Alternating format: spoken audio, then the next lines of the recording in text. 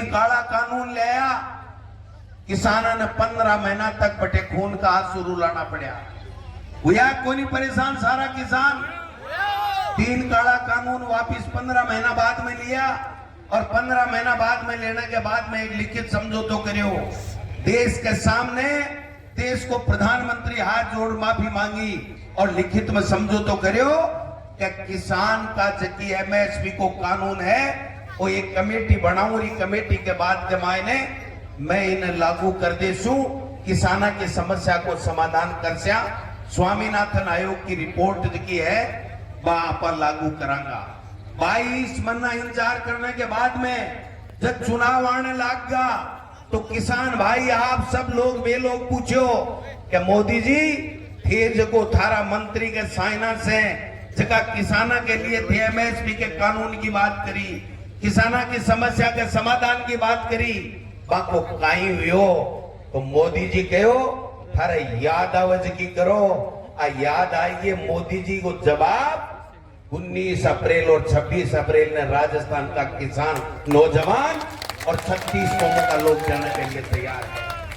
आज किसान दिल्ली जावे आपकी लिखित समझौतो मनाबा के लिए तो मोदी जी की सरकार पुलिस ने तान दे, कीला लगा दे, किसान आतंकवादी कहे, बने गुंडा कहे, मवाली कहे और जब किसान धूप में बरसात में जमीन को सीनों सीन और सब लोगों के देश के लोगों को पेट भरवा को काम करे, भी किसान को अपमान करवा को काम करे।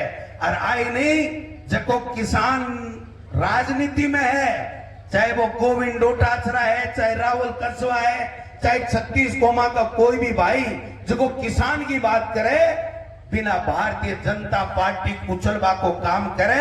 अरे को जीतो जाग तो नमूनो है राहुल कसवा की तरीके से टिकट काटी। राहुल कसवा में एक ही कमी ही कि राहुल कसवा ठाके आशीर्वाद से एमपी बने हो, कोई एक या दो नेता का आशीर्वाद से कोनी बनेड़ो, वो नीचे झुकियो कोनी और बिन झुकावा के लिए प्रयत्न करया और वो मोटियार नहीं कुछ झुकियो ने जना की टिकट काट दी, लेकिन फिर टिकट को तो अब कहना भरोसा को नहीं हो। राहुल इस जानबूझ के नहीं वो केस दिया गया, वो रिजल्ट पता नहीं क्या हो रहा। मैं कहना चाहूंगा कि राहुल कसवा एक नौजवान है, आपने उनके विचार सुने, पिताजी को भी हम जानते हैं लंबे अरसे से, और मौका मिला आपको जिला की राजनीति करवट ले रही। इतिहास बन रहा है, इतिहास बन रहा है। ये बैठे बैठे सुन रहा था, सबको लगता है इतिहास बन रहा है।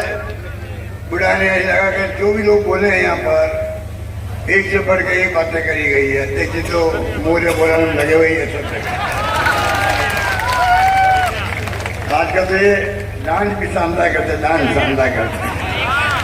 आपने मांगती नहीं वरना अभी डांस शानदार होता, मंच पे डांस होता है।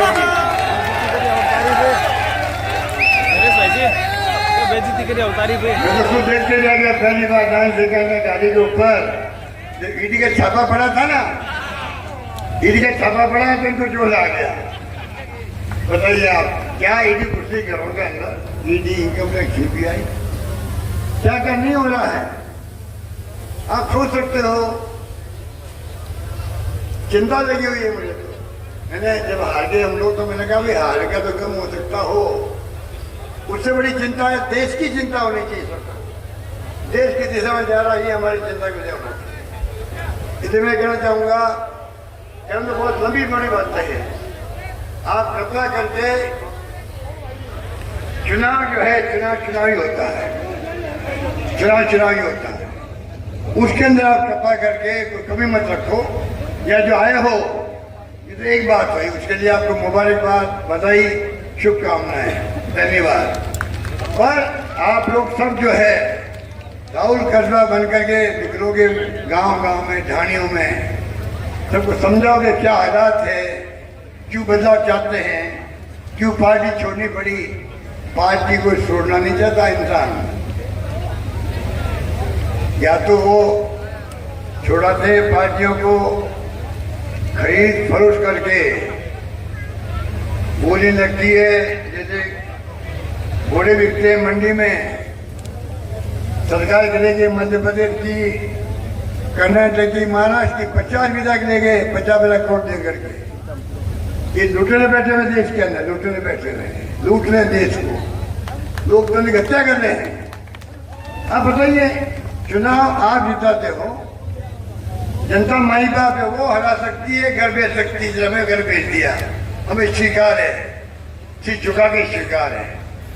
तो हमारी सरकार को लूट के ले जाए लोग, पैसा बांट के ले जाए, ये मैं कैसे मंजूर हो सकता? फिर जनता का मान सम्मान कहाँ रहेगा? उनके वोट की वैल्यू कैसे रहेगी? आप तो गरीब से गरीब आदमी, दलित वर्ग का है, पिछड़ा है, बुजुर्ग आदमी जाके पैरों का हाथ लगा दिया, चाहे मुख्यमंत्री हो या प्रधानमंत्री हो, एमएलए एमपी हो, सरपंच हो, ये मान सम्मान मिलता है वोटों के अधिकार में, उसको खत्म करना चाहते हैं लोग। इसलिए मैं कहना चाहूंगा कि आप समझो इस बात को, और समझ करके आपको चाहिए कि इस बार चुनाव में आपको घर में एक आदमी को, ये चुनाव बड़ी चुनौती है देश के सामने।